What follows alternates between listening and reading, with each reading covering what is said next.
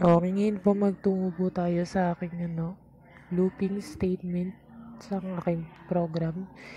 So, papakita ko po sa inyo yung pinaka-loop ng aking program. So, magsimula po tayo sa coding ng loop. So, yung balance dito. Nandito yung while na magsisilbing main coding ng loop ng aking project proposal. So, i-run natin siya. So, iraran ko po ang aking project. Ayan. So, mag-enter po ako ng details. Mag-enter lang po ako ng details.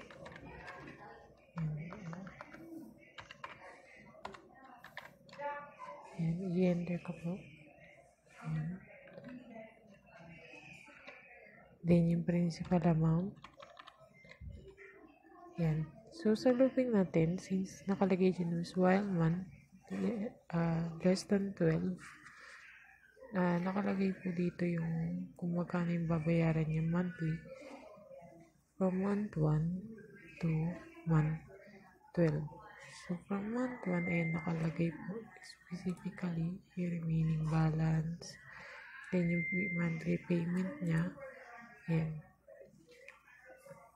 So, pag ginawa natin siyang less than 10 months, subukan natin i-run.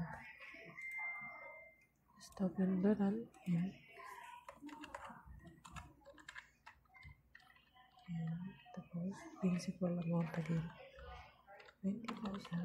Ayan. Hanggang 10 months lang.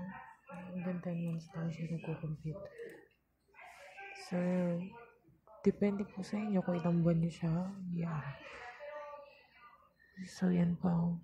Diyan na po natatapos ang aking video. Maraming salamat po ulit sa panonood.